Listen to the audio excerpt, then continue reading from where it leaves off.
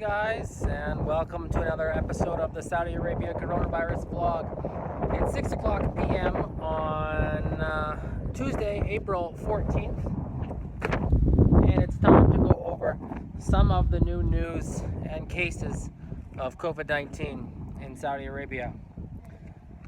Alright, let's get started. Let's start with the numbers. We did not have a sixth day of record-breaking new cases in the kingdom. 435 new cases were reported today, bringing the total in Saudi up to 5,369.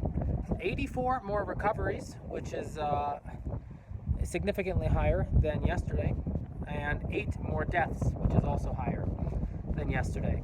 The world saw an increase, according to my figures, of only about 65,000. So I don't know what's going on there, bringing the world total to 1,939,000, roughly. So tomorrow, it looks like about 24 hours from now, 20 hours from now, we're going to hit 2 million cases worldwide, confirmed. Somewhere like Brazil, I was reading, probably they say has like 12 or 14 times as many confirmed cases than they're actually reporting. Not that they're suppressing the figures, they just haven't tested that many people. And I suspect the numbers in almost every country in the world are higher than those being reported, especially in America, my home country. Of these 435 new cases, 114 were in Riyadh, 111 in Mecca, 50 in Medina, 46 in Jeddah, 69 in Dammam, 16 in Hufuf, 10 in Buraida, 7 in Dharan, I'm not exactly sure how to say it, that's where the oil fields are, 4 in Tabuk, 1 in Taif, 1 in Abha, not far from where I am in Khamis, 1 in Samta, which is right on the Yemen border, and a few other cities had small numbers. No new cases in Khamis Mushait, where I am, so that's good news anyway. It's just another quiet day here in Saudi Arabia. I slept in, so much. I must have slept for about 14 hours last night. I think a lot of people are probably in the same situation as me. We just bored. I wouldn't say I'm bored. I'm not really bored, but I'm unmotivated and lazy now, sluggish, inactive, inert, and so forth. So I think some of you can probably sympathize with that. Let's talk about some of the news stories. I only have one news story. News is starting to slow down a little bit here in the kingdom. They've already put us on curfew. They've already done this and that and everything else. So I'm not sure how many more new things there's going to be in the coming month.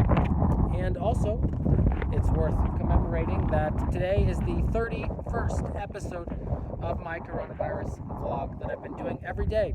So this is my 1-month episode. Thank you all for watching, for subscribing, for asking comments and giving feedback in the YouTube comments. Big news story is that Saudi Arabia, Bahrain, and the United Arab Emirates are deporting thousands of illegal Ethiopians in the country.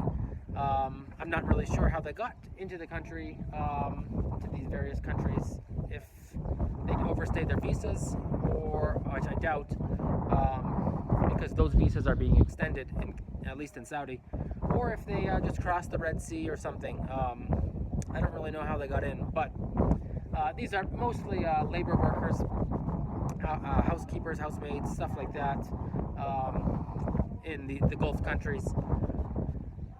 And the U.S. State Department says there are probably about 200,000 Ethiopians in Saudi Arabia. I don't know if that's true or not, but that's their guess.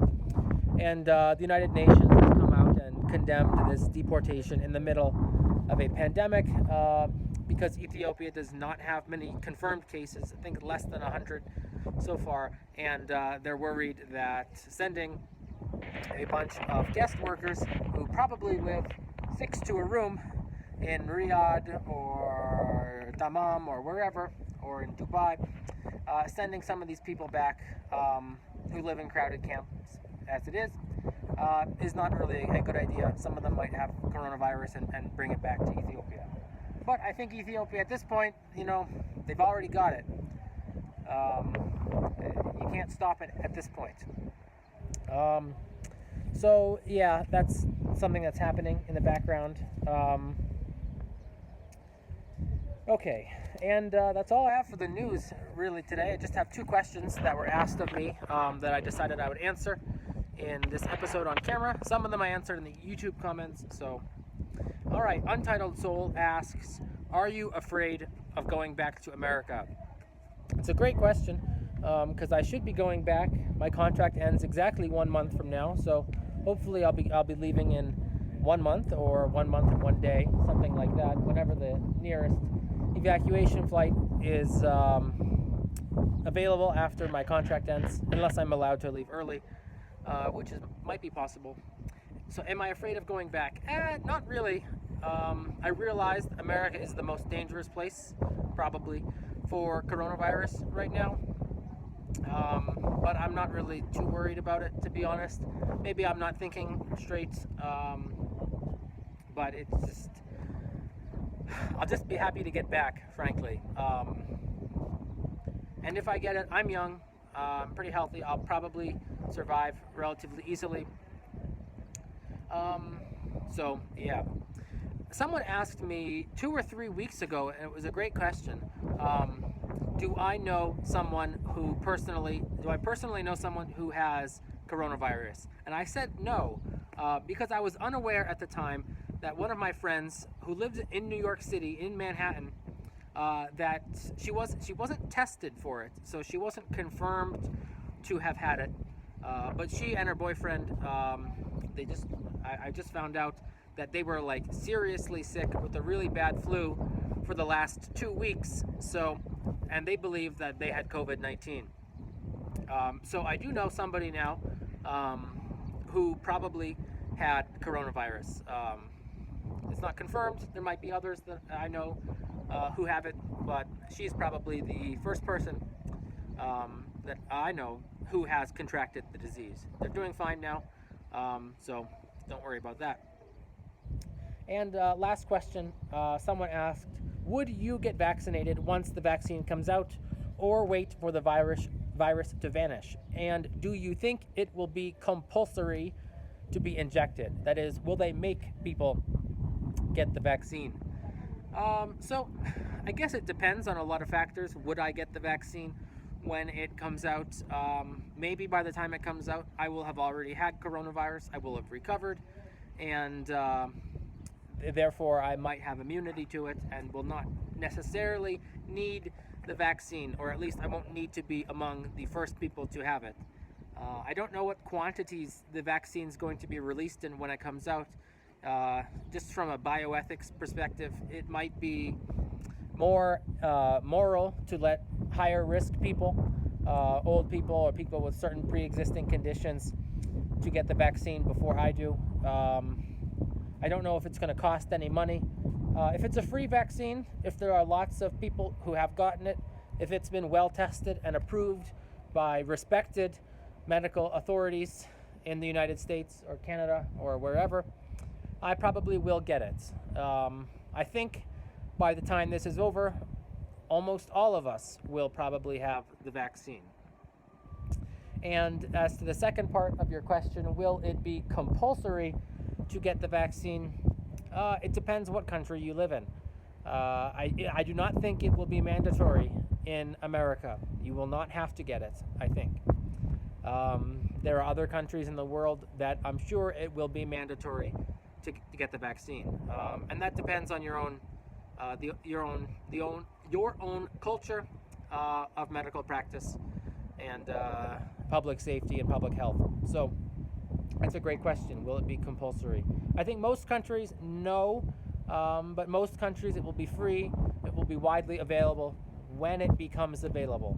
And doctors were saying last month that they expect it within 12 to 18 months, so 1 to 1.5 years, maybe because of all this international cooperation between all these different healthcare professionals and organizations that maybe they'll crank it out in 9 months or something.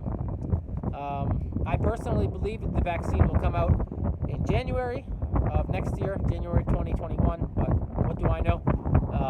I'm not an epidemiologist or a virologist or anything like that. So thanks for your questions. If you guys watching have any questions that you want me to answer, please let me know in the comments below, and I'll answer them in the comments or in a future video. So thanks for watching, guys. Like, subscribe, and all the rest. And we see this little, I'll just end with this building. Back when I got here in September of last year, 2019, this building was pretty much, they were building the foundation for it. And the floor I live on, I could see, I had a nice view of the city.